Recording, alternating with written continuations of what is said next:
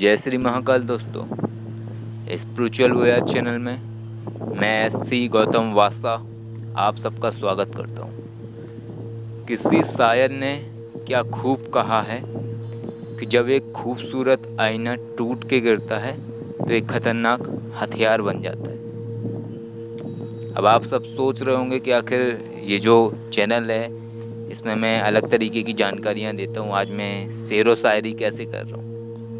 तो आज मैं आप सबको बड़ा गहरा जो विचार है वो बताने वाला हूँ। और आज मैं आपको वो बताने वाला हूँ कि यदि कोई साधक, यदि कोई आध्यात्मिक जानकारी या कोई भी व्यक्ति जो अपने हुनर का माहिर है, ऐसा व्यक्ति यदि किसी इंसान की निःशुल्क भावना सोच के व्यक्तियों की मदद करता है तो उसे क्या मिलता है?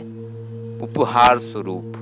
आज मैं आपको वो सब बताने वाला हूँ। और जो एक विचारों की अवधारणा होती है वो हमेशा से नहीं होती है। जैसा कि इस शायर ने बहुत ही जो गहरा मर्म है वो अपने शेर के जो शेर व शायरी इसने की है, इस शायर ने ये लिखी है कि एक खूबसूरत आईना जब टूट के गिरता है तो खतरनाक हथियार बन जाता है। जब कोई एक व्यक्ति जो सही होता है और जब वो हर बार लोगों के द्वारा प्रताड़ित होता है, जो उसके विचार जो होते हैं ना वो बदल जाते हैं सभी के लिए। तो मैं बताता हूँ आपको कि किस तरीके से यदि कोई साधक अगर किसी व्यक्ति की निःशुल्क सेवा भाव सोच के साधनात्मक जो फील्ड है उसमें अगर मदद करता है या लोगों को बहुत कुछ सिखाता है निःशुल्क फ्री में, तो उसे बदले में गालियाँ, अपमान और बहुत सारी चीज़ें मिलती हैं। और वो मैं आपको प्रमाण के साथ बता सकता हूँ। जब मैंने इस क्षेत्र की शुरुआत की तो काफ़ी साधना की, मेहनत की और काफ़ी लंबा वक्त दिया मैंने इन चीज़ों को हासिल करने के लिए। जब मैंने ये सब चीज़ें हासिल कर ली तब मैंने मेरे जो पूज्य गुरुजी हैं उनको मैंने बोला कि ठीक है गुरुजी, अब मैं तैयार हो गया हूँ और मैं माध्यम से, इस विद्या के माध्यम से लोगों को ठीक करूँगा और जो पैरानॉर्मल शक्तियाँ हैं उनको नियंत्रित करूँगा अपनी इन सब चीज़ों के बल पे, जो कि हमने इतनी सारी मेहनत करी साधनाओं पे और जो मैंने शक्तियाँ अर्जित की हैं। गुरुजी ने मुझे यही बोला, ठीक है बेटा करो, लेकिन एक बात याद रखना, फ्री में मत करना किसी का कुछ। मैंने गुरुजी को बोला, अरे गुरुजी क्या हो गया आपको? पैसा कमाने के लिए थोड़ी ना मैंने ये सब चीज़ें सीखी हैं, लोगों का अच्छा करने के लिए सीखा है। और मेरा एक शौक था, कौतूहल था जिसने मुझे इस क्षेत्र में भेजा, क्योंकि बचपन से मेरे साथ जो सब चीज़ें हुई और जो मैंने अपनी प्रथम साधना उर्वशी को करने के बाद जो अनुभव पाए थे, दिव्य अनुभव कि परालौकिक जगत की शक्तियाँ होती हैं, बहुत कुछ है इस दुनिया में जो कि हम नहीं देख पाते हैं, उनसे कौतूहल होके इन चीज़ों को किया है मैंने, पैसे कमाने के लिए थोड़ी किया।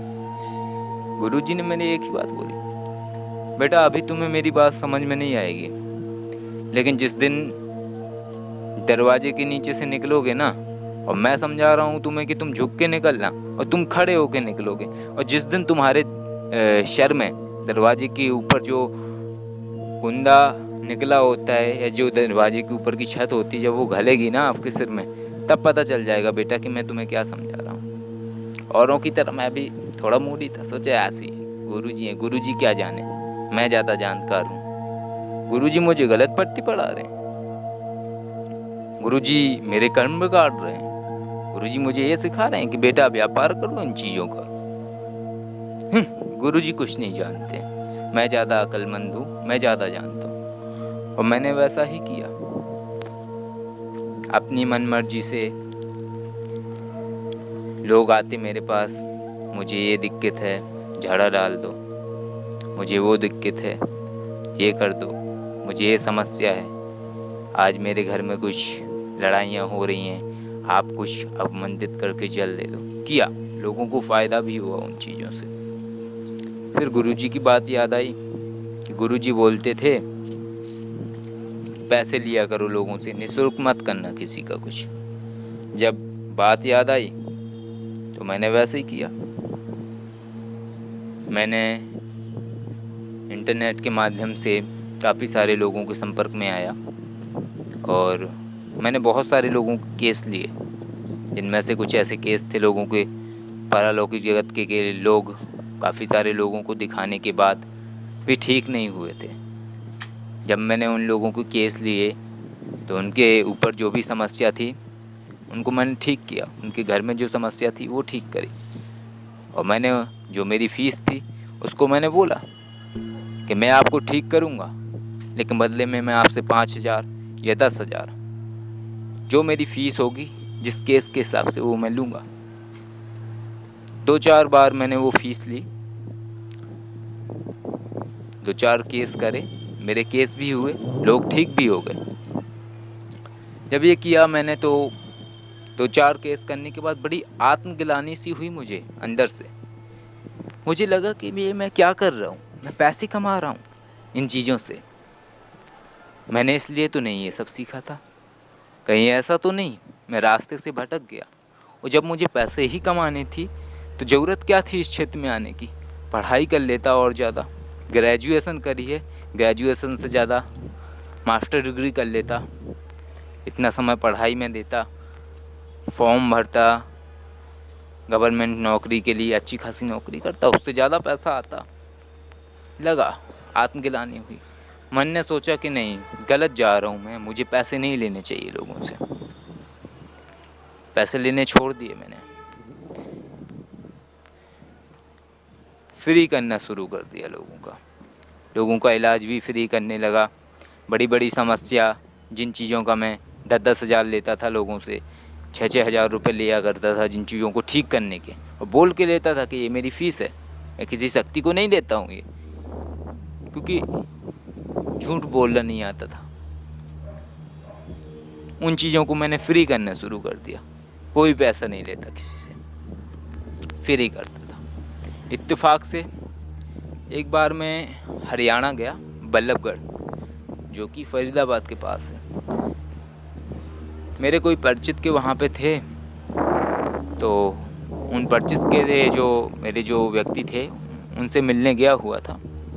तो जो उनके मकान मालिक थे, उनकी बच्ची थी 20-22 साल की, उसको कुछ पारलौकिक जगत की समस्या रहती थी। उस बच्ची को अक्सर बीमार रहती थी वो। तो जो मेरे परिचित के व्यक्ति थे उन्होंने उनको बोला, जो उनके मकान मालिक थे उनकी पत्नी को बोला कि अरे एक हमारे जानकार बाबा जी आए हुए हैं, वासा जी, और काफ़ी जानते हैं वो, आप एक बार इन्हें दिखा लीजिए, शायद कुछ बता दें। जैसे वो बच्ची मेरे सामने आई तो मुझे दिखा।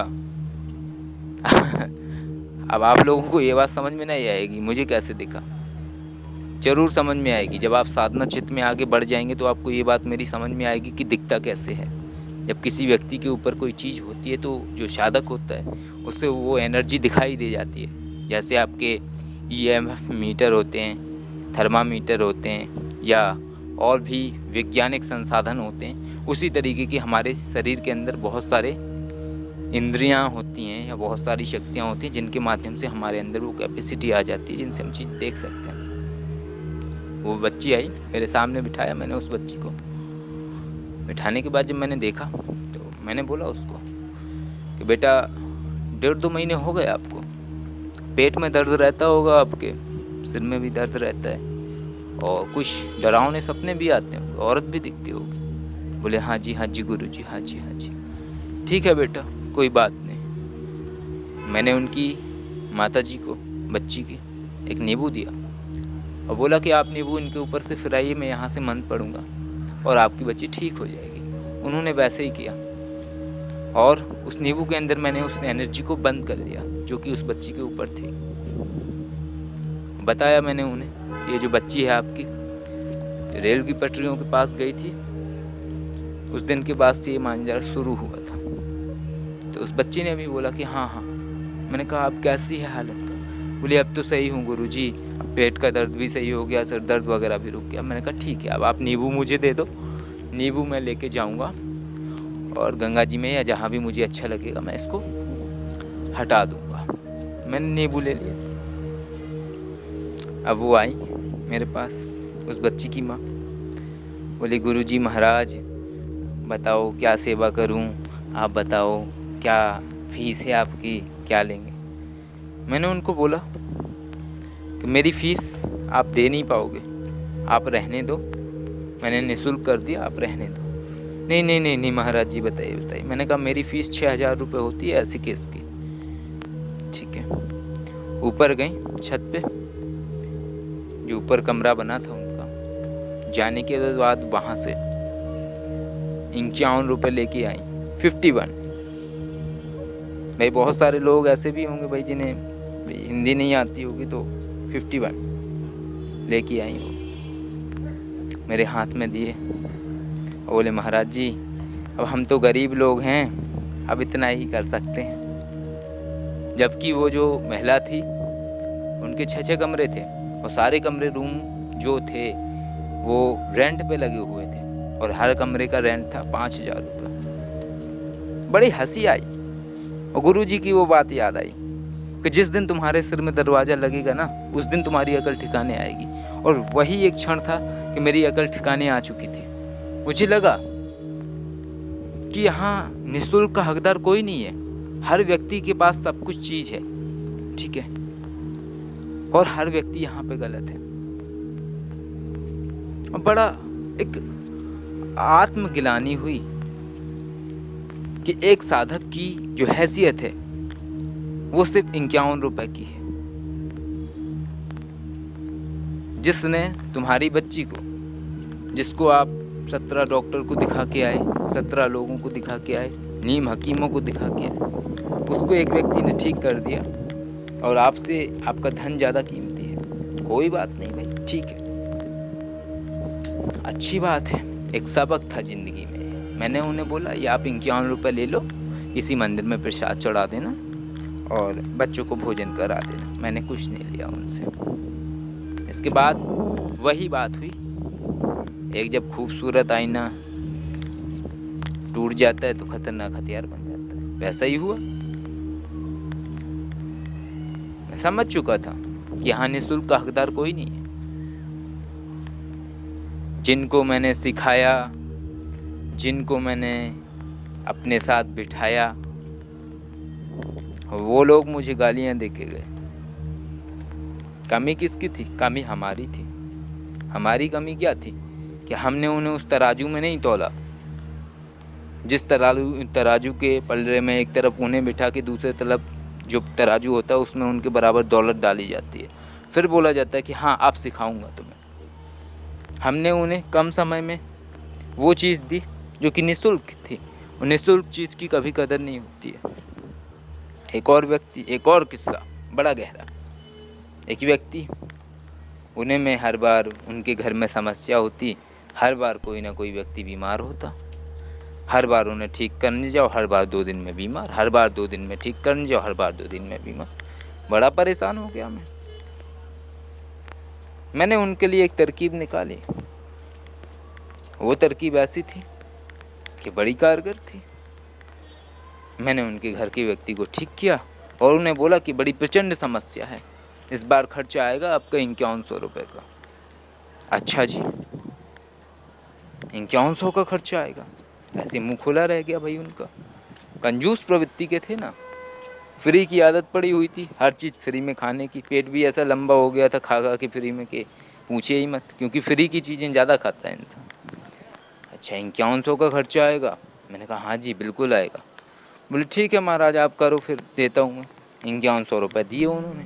मैंने वही क्रिया दोबारा करी अलग तरीके से, ठीक है, वही क्रिया थी, बस ताम झाम बढ़ा दिया था केवल, ठीक है। उस दिन के बाद ऐसा परिवार सही हुआ उनका कि कभी कोई बीमार ही नहीं हुआ। इसलिए बीमार नहीं हुआ क्योंकि 5100 रुपये लग गए थे ना उस बार, ठीक है, इसलिए बीमार नहीं हुआ कोई। और अगर वही चीज़ निःशुल्क करी जाती तो हर बार बीमार होता था उनके घर में व्यक्ति। फिर मैं उनसे मिला, क्यों भाई कोई बीमार है क्या घर में, आऊँ मैं क्या? नहीं नहीं नहीं नहीं महाराज जी, उस दिन के बाद तो ऐसा चमत्कार किया आपने कि सब बढ़िया है, कुछ बीमार नहीं हुआ, कुछ खराब नहीं हुआ। चलो अच्छी बात है भैया, ठीक है। तो इस तरीके की चीज़ें हुई। इसके बाद और भी प्रमाण मैं देता हूँ, और ये जो मेरी वीडियो है ये वो व्यक्ति अवश्य देखें जो कि अक्सर ये उंगली उठाते हैं कि एक साधक को पैसे नहीं लेने चाहिए, एक उस चीज़ को पैसे नहीं लेने चाहिए। मुझे वो व्यक्ति बताएं क्या उनके पास इस चीज़ का जवाब है जो मैं बोल रहा हूँ? नहीं है। इसलिए नहीं है क्योंकि वो सारे के सारे उसी कैटेगरी में हैं, वो सब उसी कैटेगरी में, फ्री वाली कैटेगरी के। दूसरे का घर जलते हुए देखना तो बड़ा अच्छा लगता है, तकलीफ तो जब होती है जब खुद का घर जल जाता है ना। तो ये आदत है। फेसबुक पे भी देखता था, एक महाशय हैं जैक कुमार नाम है उनका, महाशय आए, उनका पहला मैसेज मेरे पास आया, गुरुजी प्रणाम। जैसे कि अक्सर बहुत सारे लोगों की मैसेज आते हैं, पहला उनका चाटुकारी वाक्य यही होता है, गुरुजी प्रणाम। अच्छा जी, जय श्री महाकाल जी। गुरुजी अप्सरा चाहिए। अच्छा जी ठीक है। उन्हें बोला आप में पात्रता नहीं है। ऐसे कैसे जी पात्रता नहीं है? मुझे तो पता है पात्रता है मेरे अंदर। क्या पात्रता है? आपको पता नहीं है? जो जैक कुमार बोले मुझसे, आपको पता नहीं है मेरे बारे में? मैंने उन्हें बोला मैसेज में ही, क्या पता नहीं है? मैं एक साधारण इंसान नहीं हूँ, मैं वो धुरदस इंसान हूँ। मैं चाहूँ अगर तो 24 घंटे बारिश करा दूं, और ऐसी बारिश करा दूं कि गांव की गांव बह जाएं। अच्छा जी, और क्या कर सकते हैं आप जैक कुमार जी? और मैं ये कर सकता हूँ, मैं चाहूँ तो बादल में से आग की बारिश करा दूं। ओहो, 16 ही 16 बारिश करा दूंगा, गांव के गांव जल जाएंगे। अच्छा जी। फिर मैंने पूछा आप तो परम ज्ञानी हैं जैक कुमार जी? बोले हाँ वो तो मैं हूँ ही हूँ। मैंने कहा अच्छा जी। मैंने कहा और भी बताइए आप, और क्या कला है आपके अंदर? बोले और मेरे अंदर ये कला है कि मैं चाहूँ ना तो ग्रहों की चाल बदल दूं, और ग्रहों को बोलूं कि सारे ग्रह मर जाओ तो मर जाएंगे तुरंत से सारे ग्रह। ओहो, मैंने कहा ये तो बड़ी गजब की चीज है। मैंने कहा अगर आप मेरे ग्रह मार दोगे तब? बोले तब कुछ नहीं, फिर तो तुम्हारी किस्मत खत्म है, और मैं जो चाहूँ वो कर सकता हूँ इस पृथ्वी में। तो मैंने उन्हें बोला फिर जैक कुमार जी आखिर समस्या कहाँ आ रही है, उर्वशी क्यों नहीं आ रही है? तो बोले बस यही तो समस्या आ रही है कि उर्वशी नहीं आ रही है और सब हो रहा है। ओहो, मैंने कहा ये तो वही बड़ी विकट समस्या है, इसीलिए तो मैं आपके पास आया हूँ आशा जी। आप मुझे ज्ञान दें और उर्वशी सिद्ध कराएं, चाहे तो रंभा करा दें, चाहे उर्वशी करा दें, चाहे तो कोई भी अप्सरा करा दें। मैंने उन्हें बोला ऐसे तो मैं नहीं देता हूँ जब तक मैं पात्रता ना देख लूं, परीक्षा ना ले लूं। तब एक जवाब आया, तुम किसी की मदद नहीं करते हो, अब देखना मैं कैसे अप्सरा साधना करता हूँ। गए किसी और बाबा को फेसबुक पे ढूंढा, पैर वैर पलूटे उनके, चरण वंदन करे, मुझसे हुई वार्ता बताई उनको। वो बाबा बोले कौन है वो जो तुम्हें अप्सरा नहीं दे रहा है? आओ मैं दूंगा तुम्हें अप्सरा, मेरी ये फोटो ले जाओ और इसे ध्यान से देखो, शक्ति का अनुभव होता है, और ये मंत्र ले जाओ, ये करना अप्सरा आ जाएगी। जैक कुमार महाशय फिर मेरे पास आए, बोले देखो तुम नहीं देते हो ना मुझे अप्सरा, मेरे पास आ गई साधना, अब देखना मैं कैसे चमत्कार करके दिखाता हूँ तुम्हें। मैंने कहा बिल्कुल, मुझे खुशी होगी, आप करके आइए। 6 दिन बाद मैसेज आया, अप्सरा नहीं आ रही है, अनुभव भी नहीं हो रहे हैं, उस गुरुजी ने मुझे बेवकूफ़ बना दिया। ठीक है, फिर मेरे पास मैसेज आने लगे, आप कुछ कर दो, आप अप्सरा दे दो। मैंने उन्हें बोला अप्सरा तो मैं देता ही नहीं हूँ किसी को, जो योग्य होता है उसे बिना मांगे दे देता हूँ। और अगर इतनी ही आपको उत्सुकता है तो मुझे आपका परीक्षण करने दीजिए, आप में पात्रता होगी तो फिर ही दूंगा, वरना मैं तो शुल्क लेता हूँ हर चीज़ का, क्योंकि मेरे गुरुजी ने बोला था कि कोई भी चीज़ निःशुल्क मत देना।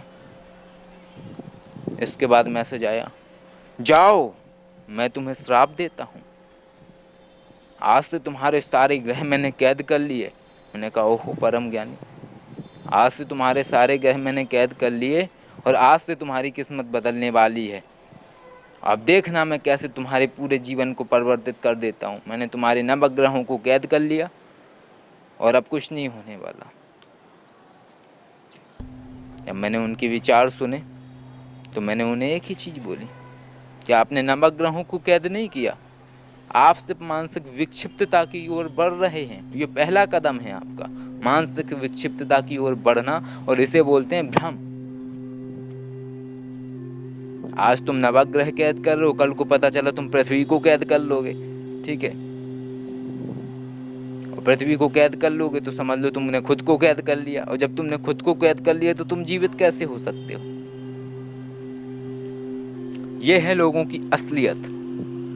जो लोग आते हैं हाथ जोड़ के, गिड़गिड़ा के, वो बाद में इस तरीके के निकलते हैं। और इसी तरीके के जो लोग होते हैं वो पूरे जीवन पर्यंत भटकने के बाद भी कुछ भी हासिल नहीं कर पाते हैं, और कुछ हासिल होगा भी नहीं उन्हें। इसलिए नहीं होगा क्योंकि उनका मन ही स्वच्छ नहीं है।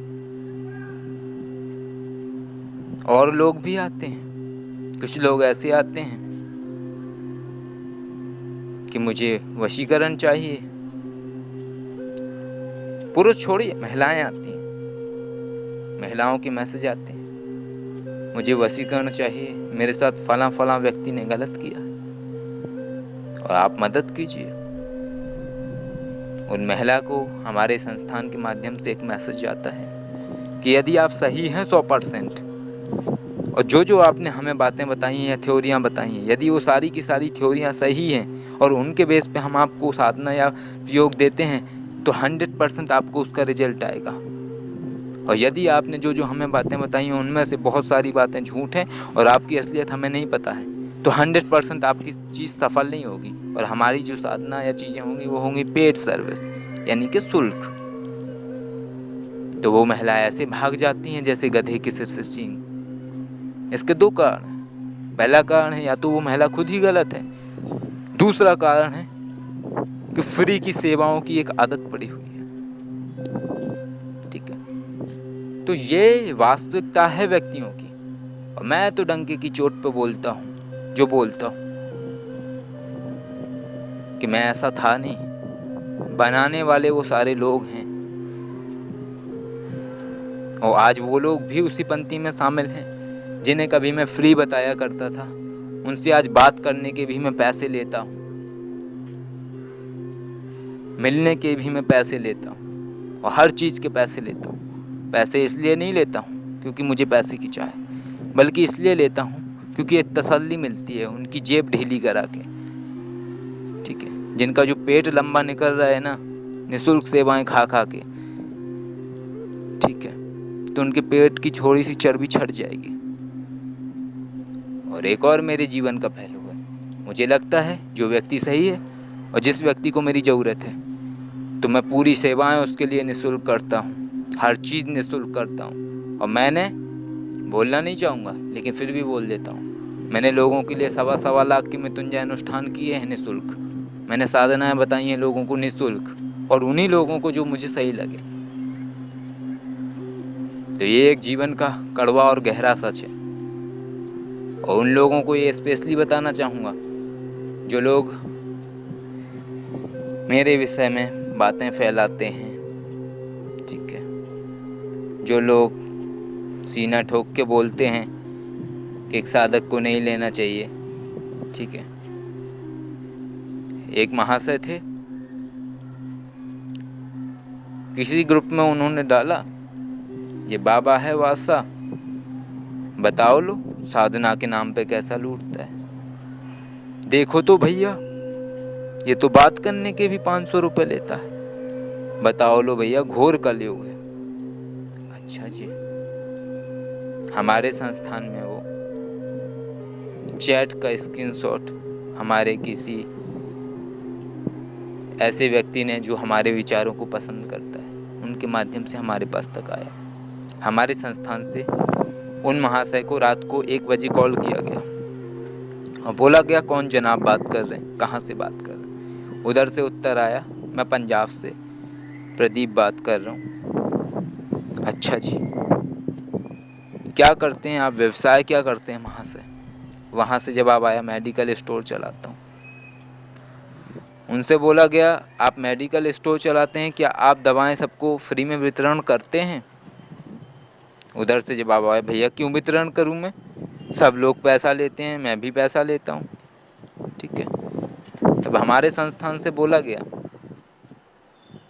कि पैसा क्यों लेते हो, निःशुल्क क्यों नहीं करते हो, फ्री में सेवा क्यों नहीं करते हो, लोगों की सेवा फ्री में करनी चाहिए ना। और आपने स्पिरिचुअल वो या संस्थान के विषय में बोला हुआ कि संस्थान 500 रुपये देती है। चलो संस्थान 500 रुपये नहीं लेगी, लेकिन जो आपके मेडिकल की दवाइयाँ हैं वो ज़रूरतमंदों को आप फ्री में बांटिए, ज़रूरतमंदों की सेवा कीजिए, तब संस्थान किसी से पैसा नहीं लेंगे। हड़बड़ा गया व्यक्ति, ऐसे हड़बड़ा गया जैसे सांप सूंघ गया हो व्यक्ति को, एकदम स्तब्ध हो गया, आवाज ही ना आए उधर से। तो ये है लोगों की असलियत। जो दूसरों को टोकते हैं व्यक्ति, वो खुद कितना करते हैं पहले वो देखें उस चीज को। ऐसे दुनिया नहीं बदलती है। कोई व्यक्ति हमेशा गलत नहीं होता है, गलत बनाता है उसे व्यक्ति। सोच परिवर्तन, विचार परिवर्तन, विचार परिवर्तन ही तो सबसे बड़ी चीज है। जो चीज लोगों की सोच है ना, जब तक वो चीज आसानी से मिलती है लोगों को तो कदर नहीं होती उस चीज की। लोग साधनाएं कराते हैं, मैंने देखा है कई आश्रमों में जब साधक जाता है कुछ सीखने के लिए, एक कला भी अगर वो सीखना चाहता है साधक, तो उसे साल भर तक उस आश्रम में रहना पड़ता है, गुरुजी के पैर दाबने पड़ते हैं, पूरी सेवा करनी होती है, आश्रम को तन मन धन से सेवा करनी होती है, तब वो एक कला आश्रम से छोटी मोटी हासिल कर लेता है एक साल में। मैंने ऐसी कई कलाएं लोगों को दिलवाई, साल भर छोड़िए 30-30 दिन में, और उन्हें मेरे पास आना ही नहीं था, अपने घर बैठे। जब आसानी से चीज मिलेगी तो कहाँ कदर रहेगी, वो तो कंपटें हो जाएंगी ना। रेवड़ियाँ कंपटें बट रही हैं, लेते जाओ फ्री की, जितनी मिल रही हैं खाते जाओ। लेकिन बंधुओं एक चीज और बता दूं, फ्री में जब कोई व्यक्ति ज्यादा रेवड़ियाँ खाता है या कंपटें खाता है तो पेट में कीड़े पड़ जाते हैं। तो ये वास्तविकता है लोगों की। इसलिए मैं उन सारे साधकों को कहना चाहूँगा जो दिल से अच्छे हैं और जिन्होंने बहुत कुछ किया लोगों के लिए निस्वार्थ भाव से फ्री में, और लोगों का अपमान सहा, सिर्फ उन्हें गालियाँ मिली, अच्छा भी किया उन्होंने लोगों का, और लोगों की गालियाँ भी खाई, अपमान भी झेला। ठीक है, लोगों की एक आदत बन चुकी है ठगों के पास जाने की। जो सही साधक होता है उसे लोग 5,000 देने में कतराते हैं, और जो गलत होता है उसे लोग 51,000 दे के आते हैं, क्योंकि उसमें हुनर है ठगने का। और मैं तो हमेशा बोलता हूँ, जो ठगता है व्यक्ति उसकी कभी गलती नहीं होती है, ठगने वाले का दोष नहीं है, दोष है ठग जाने वाले का। ठग जाने वाले व्यक्ति को जब ये होश रहता है कि वो उसका घर किधर है, उसकी माँ कहाँ है, उसकी बहन कहाँ है, उसकी पत्नी कहाँ है, तो क्या उसे ये होश नहीं रहता है कि वो व्यक्ति ठगा जा रहा है। और फिर वो छाती पीट पीट के चिल्लाता है, हाय राम मुझे ठग दिया, हाय राम मुझे ठग दिया। किसी ने नहीं ठगा उसे, ठगा है उसे उसने ही खुद। वो खुद क्यों ठगा? खुद इसलिए ठगा क्योंकि लालच था।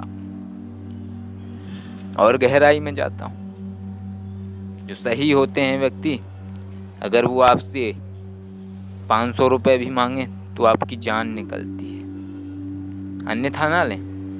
आपकी कहा तो आपके लिए नहीं है जो सही है, उनके लिए है जो गलत है। और जब कोई गलत व्यक्ति मांगे तो पट से आप दे देते हो, फिर बाद में आप छातियां पीटते हो, हाय राम मैं ठग गया। एक किस्सा सुनाता हूँ। एक व्यक्ति थे, अपनी प्रेमिका से बड़ा प्रेम करते थे। तो आजकल वो देखा है ना, बसों में बहुत सारे पर्चे पड़े रहते हैं, 101% गारंटी, बाबा जी के पास समाधान, वशीकरण, मुठकरनी, मायाजाल, खोया पाया सौतन, ठीक है, और दुनिया भर का ऊटपटा। तो ऐसा पर्चा मिला कहीं से, उठाया भैया। अब मरता क्या ना करता, जरूरत थी उस व्यक्ति की, फोन घुमाया भाई गुरुजी को, वहां से जवाब आया, ठीक है बेटा आ जाओ और ऐसा करो कि आने से पहले आप जो पैसा है वो आप डालो, पूजा वूजा होगी। कितने खर्चा आएगा गुरुजी? खर्चा आएगा 10,000 रुपये। अच्छा जी, हाँ हाँ बेटा, खर्चा 10,000 आएगा, अब वो डाल दो अकाउंट में। डाल दिए भैया। इसके बाद फ़ोन लगाया भाई उनको, बाबा जी को, बंगाली बाबा जो पर्चे पड़े रहते हैं रोड पे, उन्हें तो लगाया। तो बोले बेटा मैंने अनुष्ठान कर दिया है और अभी एक मंत्र बताता हूँ, उसको पढ़ो, और पढ़ने के बाद 7 बार एक चॉकलेट लाओ दुकान से। चॉकलेट लाने के बाद 108 बार उस चॉकलेट पे फूंक मारो, फूंक मार के अपनी ऊपर की जेब में रख लो। बोले फिर गुरुजी? बोले फिर क्या? फिर बोले उसे रखे रहो, 1 घंटे बाद वो जब गायब हो जाएगी, तब जब चॉकलेट अपने आप जेब से गायब हो जाएगी, तब फिर वो वशीकरण है जो आपकी प्रेमिका पे चल जाएगा और फिर वो आपसे बात करेगी। ठीक है गुरुजी। समय गुजरा, धीरे धीरे आधा घंटा और 1 घंटा निकल गया। उसने देखा भैया जेब में झांक के, भाई चॉकलेट तो गायब हुई ही नहीं, अभी तक पड़ी हुई है। फ़ोन लगाया गुरुजी को, उधर से बाबा जी ने फ़ोन उठाया। हाँ हाँ बेटा, बड़ी अड़चन आ रही है उधर से, भयंकर प्रचंड शक्ति ने रोक लिया है उधर से, तो इस वजह से वो शक्ति काम नहीं कर पा रही है अभी। बोले फिर गुरुजी? बोले वक्त दो थोड़ा, 12 घंटे का वक्त दो, रात को सो जाओ उसे जेब में रख के, सुबह तक अपने आप गायब हो जाएगी वो आपकी जेब से, और जैसे ही गायब हो तो समझ लेना कि हो गया, काम हो गया। भैया बेचारा सो गया रात को। अब शक्ति तो थी बाबा जी के अंदर, प्रचंड शक्ति थी, होना तो था ही था चमत्कार, ऐसा हो ही नहीं सकता था कि चमत्कार ना हो। रात को सोया, जैसे ही सुबह जागा तो वही है जो चीज़ दिमाग में ज़्यादा ज़रूरी होती है उसी की याद रहती है। तो जागते ही सुबह सबसे पहले जेब पे ध्यान गया, ठीक है ना। जेब पे जैसे ही ध्यान गया, देखा तो चॉकलेट गायब ही ना हुई हो, चॉकलेट जेब में ही पड़ी थी, ठीक है ना। फिर फ़ोन लगाया बाबा जी को, फिर फ़ोन ही नहीं लगा बाबा जी का, और फिर ऐसा नहीं लगा फ़ोन के फिर कभी फ़ोन लगा ही नहीं, ठीक है। तो इसे बोलते हैं लालच, उसे बोलते हैं ठगी, और इसे बोलते हैं ठग जाना। लालच था तभी तो तुम वहां गए थे, और ठगी ने तुम्हें इसलिए ठग लिया क्योंकि तुम्हारे अंदर लालच था। एक पढ़े हुए सभ्य समाज में रहते हुए यदि आपको ये दंत मंत्र की कथाएं या जातक कथाएं जैसी स्थिति है आपकी कि जेब में चॉकलेट रखने से वो गायब होकर वशीकरण हो जाएगा, तो वो तो आप फिर एक माया जाल में जी रहे हो। और जो व्यक्ति माया जाल में जी रहा है तो फिर तो उसे एक नहीं हर व्यक्ति ठगेगा, वो ठगता ही रहेगा, और हर बार ठगेगा, और हर बार कब तक वो छाती पीटेगा, क्योंकि गलती ठग जाने वाले की है, ठगने वाले की है ही नहीं। तो इसीलिए बोलता हूं, जो हो वो ही रहो, आवश्यकता नहीं है किसी के लिए बदलने की। जो तुम्हारा व्यक्तित्व है उसको बना के रखो। एक साधक को कभी भी किसी भी व्यक्ति से हृदय से जोड़ना ही नहीं चाहिए, क्योंकि जब भी साधक का हृदय बड़ा कोमल होता है, जब भी जुड़ता है किसी व्यक्ति से हृदय से, लुटता ही है, सिर्फ लुटता है, क्योंकि साधक का स्वभाव ही कुछ ऐसा होता है। तो ये सारी स्थितियां होती हैं प्रत्येक व्यक्ति के निर्माण में, और इसीलिए किसी भी साधक को कभी भी किसी भी व्यक्ति का निःशुल्क काम करना ही नहीं चाहिए। यदि वो निःशुल्क काम करता है तो वो साधक तैयार रहे, उसे उपहार मिलने वाला है गालियों का, अपमान का, प्रतिकार का, विरोध का, और यहाँ तक कि चरित्रहीन होने के लक्षण भी लगाए जाएंगे उसके ऊपर, यदि वो निःशुल्क करेगा। यदि वो निःशुल्क नहीं करेगा किसी का तो कोई लक्षण नहीं लगाया जाएगा। इसलिए नहीं लगाया जाएगा क्योंकि ये कलयुग है, और कलयुग में उसी का बोलबाला है जो विलक्षण है, जिसकी चाल ही अलग है, जिसे फर्क ही नहीं पड़ता है किसी बात का, जिसका काम फिक्स है। यदि कोई बोलता है तुम शक्तियों का व्यापार करते हो, तो उसे फर्क ही नहीं है, वो बोलेगा हाँ करता हूँ। तुम्हें चाहिए व्यापार में तो तुम बोलो, नहीं चाहिए तो अपना रास्ता नाप लो। मैंने मेहनत करी है इसलिए चीजें हासिल करी हैं, मैं तो बेचता हूँ, तुम्हें खरीदना है तो जो बोल रहा है तुम शक्तियों का व्यापार करते हो, वो तो पिलपिला है ना अंदर से, पके आम जैसा। पका आम जो होता है ना, उसे कुछ नहीं करना होता, सिर्फ एक बार दबाना होता है। 4 बार दबाओगे ना, पिलपिला हो जाता है। तो जब कोई ऐसा साधक होता है, जब इस तरीके से बोलता है, वो तुम्हें चाहिए मैं व्यापार करता हूँ, तो पिलपिला जाता है, क्योंकि अंदर लालच भरा हुआ है। तो ये जो लोग बड़े चौड़े होके बोलते हैं ना, साधक साधनाओं का व्यापार कर रहा है, उस साधक को ये कर दूंगा। और ये जो अक्सर मैं फेसबुक पे देखता हूँ, आज मैंने इस बाबा की पोल खोल दिया, आज मैंने उस बाबा की पोल खोल दिया। अरे खुद की पोलें देखो कि तुम्हारे अंदर कितनी पोलें हैं। बाबाओं की पोलें नहीं खोल रहे हो तुम, बल्कि अपनी पोलें खोल रहे हो। इसलिए क्योंकि तुम्हें जरूरत है उनके पास जाने की। तुम उनके पीछे क्यों पड़े हो? तुम क्यों जानना चाहते हो कि कौन व्यक्ति सही है, कौन व्यक्ति गलत है? तुम इसलिए जानना चाहते हो कि तुम्हें कभी ना कभी उस व्यक्ति से फर्क पड़ा है। वो फर्क कब पड़ेगा? जब लालच होगा। और लालच कब होगा? जब तुम्हारी गरज होगी। और पीछे तो वही पड़ेगा व्यक्ति जिसके साथ कुछ हुआ होगा कांड। वो कांड उसी के साथ होगा जो लालच से भरा हुआ है। एक छोटा सा दृष्टांत है दुनिया के लिए। 2 लोग थे, एक औरत थी, एक आदमी था। दोनों गधे पे बैठे चले जा रहे थे बेचारे। 4 लोग मिले रास्ते में, उन्होंने देखा, बोले अरे देखो तो बेशरमों को, गधे के ऊपर बैठे हैं, बेचारा गधा मरा जा रहा है, दोनों चले जा रहे हैं आराम से। दोनों ने सुना, बेचारा आदमी उतर गया, महिला को गधे पे बिठाए, रस्सी खींचता हुआ ले जाने लगा। थोड़ा आगे बढ़ा, और आदमी मिले, बोले देखो तो कैसी नालायक औरत है, खुद तो ऊपर बैठी है, आदमी चलाए जा रहा है। ठीक है ना? अब दोनों उतर गए भाई। ठीक है, दोनों उतर के चलने लगे, गधे की रस्सी खींचने लगे। तो और आदमी बोले देखो तो कैसे बेवकूफ आदमी है, गधा लिए और रस्सी खींचते चले जा रहे हैं। ठीक है ना? तो दोनों परेशान हो गए, बोले दुनिया है, दुनिया को तो बोलना है ही है। जाके बैठ गए गधे के ऊपर आराम से। ठीक है, तो ये दुनिया है, दुनिया तो बोलेगी ही बोलेगी। तुम चाहे जो कर लो, दुनिया बोलेगी ही बोलेगी। तुम अच्छे हो तब भी बोलेगी, और तुम बुरे हो तब भी बोलेगी।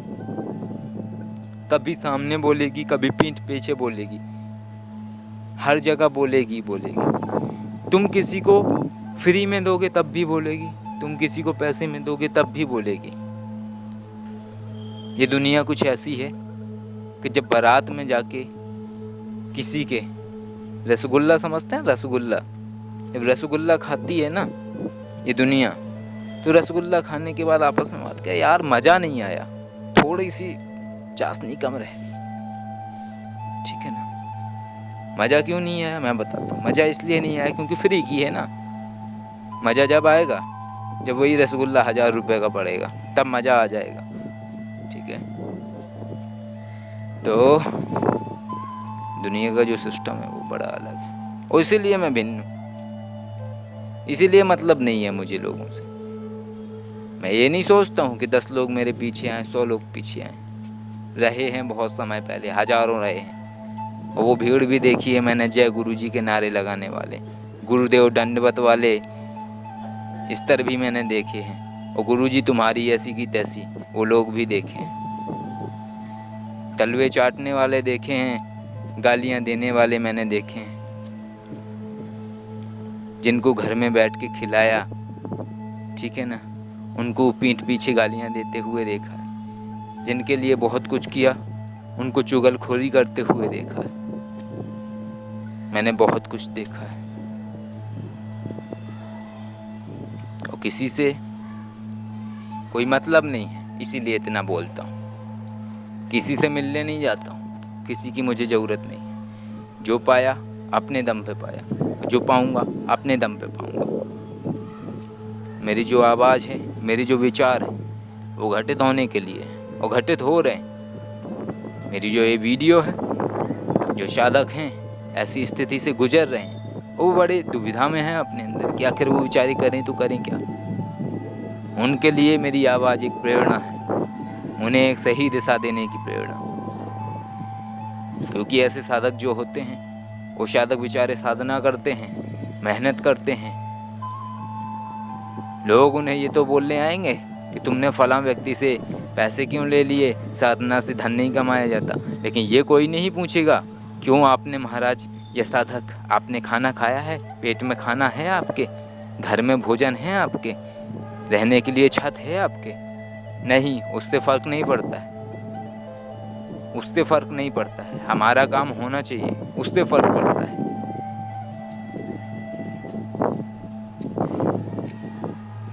ये दुनिया बड़ी निराली है, जरा देर में रंग बदल लेती है।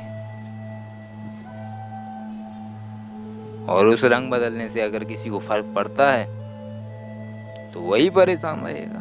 मुझे तो फर्क नहीं पड़ता है, मुझे क्यों फर्क पड़ेगा? मुझे किसी से क्या लेना देना। अब ये वीडियो है, अब ये वीडियो देखने के बाद 4 तारीफें करेंगे, 4 गालियां देंगे, क्योंकि अनुलोम विलोम, ठीक है, या विपरीत स्थितियां तो हर जगह है। जो तारीफ वो करेंगे जिन्हें नया आधार मिला है, वो गालियां वो देंगे जिनके मुंह पे तमाचा पड़ा है। और तमाचा उनके मुंह पे पड़ा है जो ऐसे हैं गलत। तो किसी व्यक्ति पे उंगली उठाने से पहले, किसी व्यक्ति का निर्णय लेने से पहले, किसी व्यक्ति के बदलाव के होने से पहले उसकी स्थितियों को जानना आवश्यक है।